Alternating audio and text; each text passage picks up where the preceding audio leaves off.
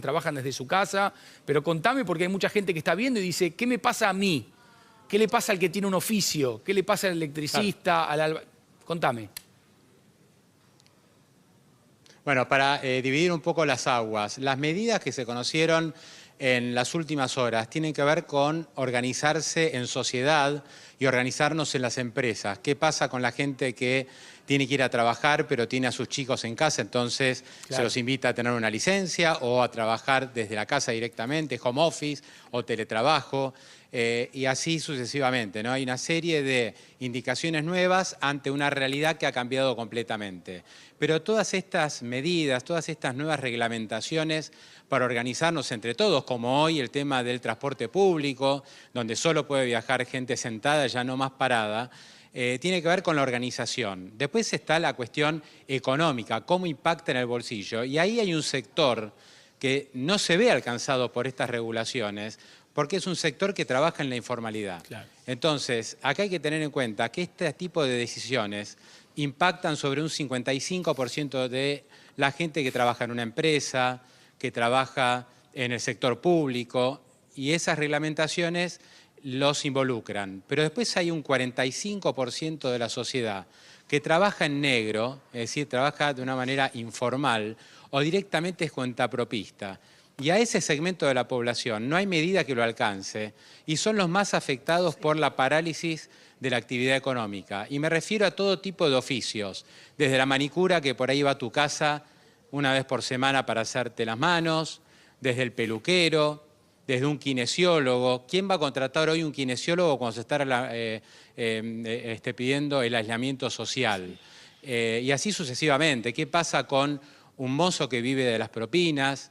¿Qué pasa con un plomero, con un electricista? Todo ese tipo de rubros, que es el cuentapropismo en la Argentina y que es una proporción muy grande de actividad, por lo menos en la Argentina, se ve fuertemente impactado. Yo te diría que en este tipo de segmentos la caída de los ingresos va a ser casi total.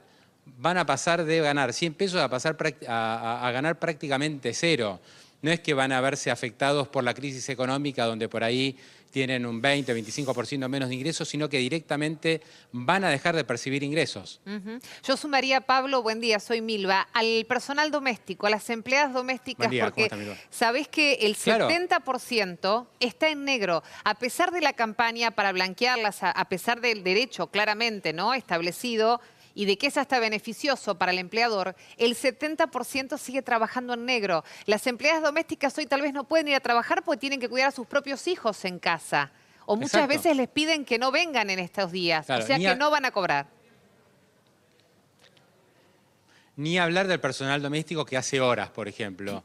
Y bueno, la gente está en su casa con sus hijos, no quiere que entren terceros a la casa por miedo a contagiar algo, y por tanto ese personal doméstico directamente no percibe ingresos. Entonces acá la cuestión que hay que preguntarse es cómo se resuelve esto desde el punto de vista económico, porque no sabemos cuánto va a durar este estado de emergencia.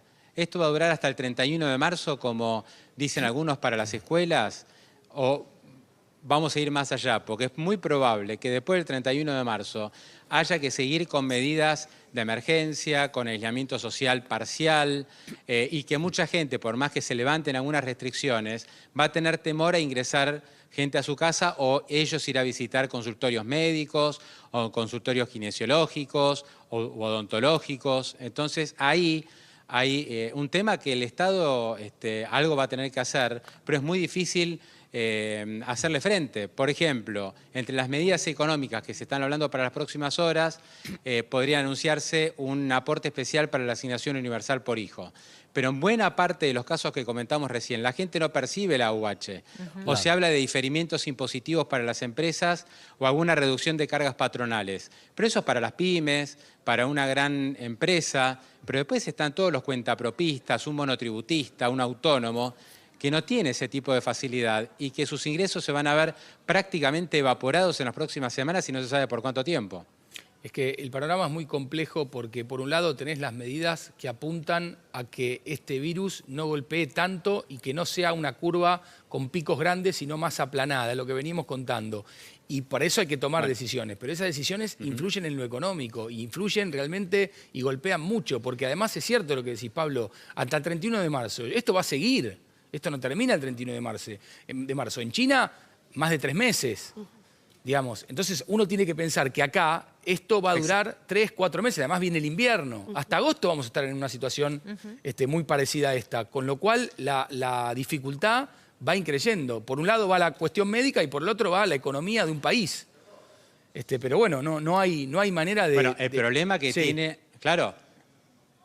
Sí, Pablo.